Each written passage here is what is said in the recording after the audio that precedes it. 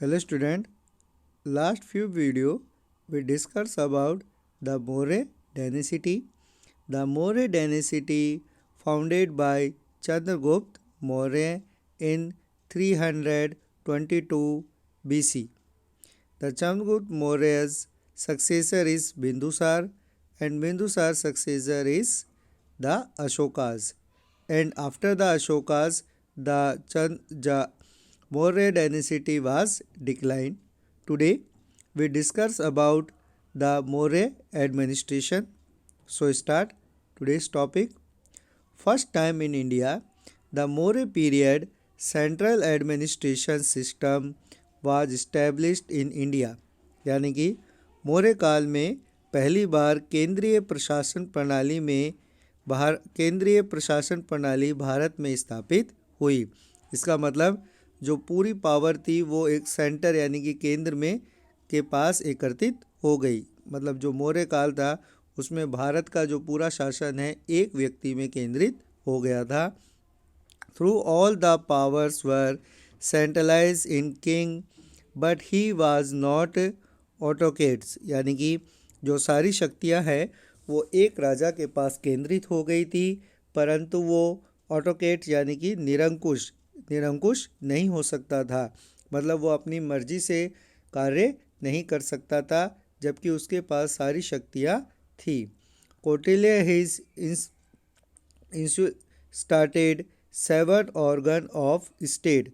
कौटिल्य थे, उन्होंने राज्य के 7 अंगों का चित्रण किया है। कौटिल्य जो चंद्रगुप्त मौर्य थे उनके गुरु थे, उन्हीं के साथ मिलकर चंद्रगुप्त मौर्य ने मौर्य डायनेसिटी की फाउंडेशन की थी।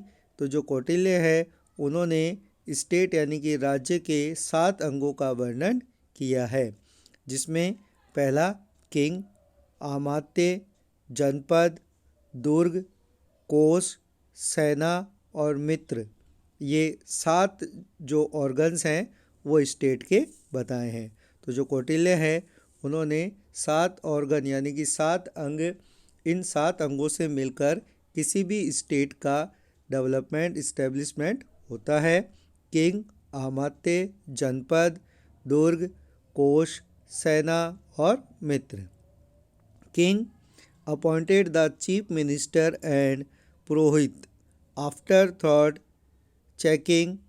This process was known as Upadha Pariksha. जो राजा होता है, राजा पूरी जांच के बाद मुख्यमंत्री और जो पुरोहित होते हैं उनकी नियुक्ति करता है। इस प्रक्रिया को उपधा परीक्षा यानी कि उपधा परीक्षा ऑब्जर्वेशन के नाम से भी जाना जाता है। अगर यह पूछा जाए कि उपधा परीक्षा क्या होती है, तो इसमें जो मौर्य एडमिनिस्ट्रेशन था उसमें जो किंग होता है वो चीफ मिनिस्टर और पुरोहित के अपॉइंटमेंट के लिए जो परीक्षा लेता है, जो एग्जामिनेशन लेता है, उसे उपधा परीक्षा के नाम से जाना जाता है। These were the integral member of the ministries, यानी कि जो ये मंत्रालय के अभिन्न सदस्य होते हैं। जो चीफ मिनिस्टर और जो पुरोहित होते हैं वो बहुत ही जो मिनिस्ट्री होती है, जो मंत्रालय होते हैं, उसके सदस्य माने जाते हैं। बिसाइड मिनिस्ट्री देयर वाज परिषा मित्रिनाश which was like a council minister. मंत्री परिषद के बाद एक मंत्री परिषद थी जो मंत्री परिषद की तरह काम करती थी। मतलब एक काउंसिल ऑफ मिनिस्टर थी जो मंत्रियों की तरह काम करती थी। इसके बाद जो मौर्य एडमिनिस्ट्रेशन है उसमें सबसे पहले हम लेंगे central administration. In Arthashastra there is insulation of 18 department which are called tirtha. जो अर्थशास्त्र है, अर्थशास्त्र एक बुक का नाम है जो कौटिल्य के द्वारा लिखी गई थी। मतलब अर्थशास्त्र के जो राइटर हैं वो कौटिल्य या चाणक्य के द्वारा लिखी गई एक बुक थी जिसमें मुख्यतः जो पॉलिटिकल एनालिसिस होता है, जो राजनीति से संबंधित जो ज्ञान है उसका वर्णन इसमें किया गया था। इसके अनुसार जो पूरा जो 18 डिपार्टमेंट जो शासन प्रणाली है वो उसको 18 विभागों में बांटा गया था, जिन्हें तीर्थ कहा जाता था। यानी कि जो टोटल 18 डिपार्टमेंट्स थे जिन्हें तीर्थ के नाम से जाना जाता था। द प्रेसिडेंट ऑफ तीर्थ इज सेड टू बी महामात्य। जो तीर्थ का जो मुखिया होता था उसे महामात्य के नाम से जाना जाता था। जो तीर्थ का अध्यक्ष होता था उसे महामात्य के नाम से जाना जाता था। द मोस्ट इम्पॉर्टेंट तीर्थ वर मंत्री, पुरोहित, सेनापति एंड युवराज। और इसके अंदर जो सबसे महत्वपूर्ण जो तीर्थ होते थे, यानी कि जो सबसे इम्पोर्टेंट डिपार्टमेंट होते थे, उसमें उसे मंत्री, पुरोहित, सेनापति और युवराज को उसमें दिया जाता था।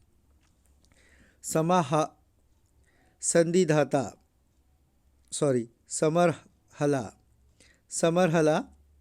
Its function was to collect revenue, keeping detail of income and explanations, preparing annual budget। यानी कि जो समाहर्ता था इसका कार्य जो एनुअल जो कलेक्ट रेवेन्यू यानी कि जो राजस्व होता था, जो भी जो कर आता था, टैक्स आता था, उसे एकत्रित करने का काम इसके द्वारा किया जाता था। साथ ही साथ इनकम और एक्सपेंडिचर्स यानी कि आय और व्यय की डिटेल यानी कि जो विवरण है वो रखने का काम करता था। और annual budget, preparing annual budget, और वार्षिक जो बजट होता था उसको तैयार करने का काम भी समाहर्ता द्वारा किया जाता था।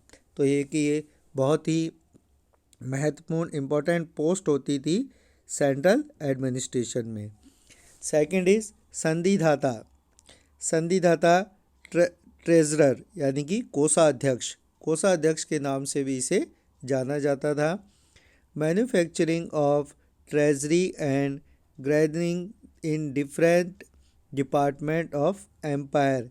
साम्राज्य के जितना भी जो एम्पायर था, जो साम्राज्य था, उसके विभिन्न विभागों में जो राजकोष और अनाज का विनिर्माण, राजकोष और अनाज की देखरेख करने का काम इसके द्वारा किया जाता था। इन अर्थशास्त्र 26 head of the department is maintained. इसके द्वारा अर्थशास्त्र में वर्णित है कि 26 विभागों के प्रमुखों का उल्लेख इसमें किया गया है। जैसे जो इसमें लिया जाता है ट्रेजरर यानी कि कोषाध्यक्ष, सीताध्यक्ष जो एग्रीकल्चर यानी कि जो एग्रीकल्चर डिपार्टमेंट था उसका हेड होता था। पन्नाध्यक्ष यानी कि जो व्यापार ट्रेड होता था उसका जो हेड होता था उसे पन्नाध्यक्ष बोला जाता था। सूत्रधार जो बुनाई और कढ़ाई का जो यानी कि जो कपड़ों से संबंधित जो डिपार्टमेंट था उसका जो हेड होता था उसे सूत्रधार बोला जाता था।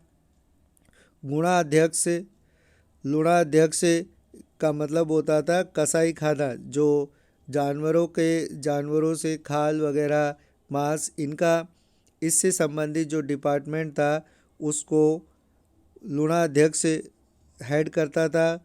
और इसके बाद विविताध्यक्ष जो चारागाह होते थे यानी कि चारागाह और जो पोस्ट्रेस यानी कि जो मुद्राएं होती थी उनसे संबंधित जो उनसे संबंधित जो डिपार्टमेंट होता था उसे इसके द्वारा निर्देशित किया जाता था। इसके बाद जो आता है लक्षदीनशय इशू करेंसी यानी कि जो मुद्रा जारी करने वाला डिपार्टमेंट होता था उसमें उसका जो हेड होता था उसे लक्षदीनशय के नाम से जाना जाता था। मुद्रावाद, पुण्यविधीक्ष, बंधानगराध्यक्ष,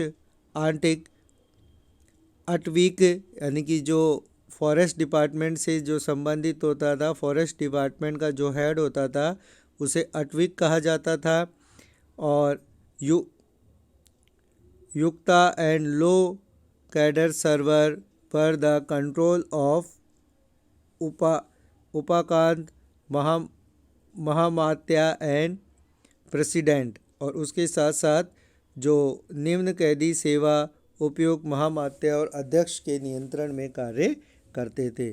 तो इस तरीके से जो केंद्रीय जो अपना सेंट्रल एडमिनिस्ट्रेशन था उसमें टोटल 18 डिपार्टमेंट्स में उसको डिवाइड किया गया था। उसमें संधिहारा जो संवाददाता और जो अलग अलग जो डिपार्टमेंट थे उनके हेड अलग अलग अपना कार्य करते थे।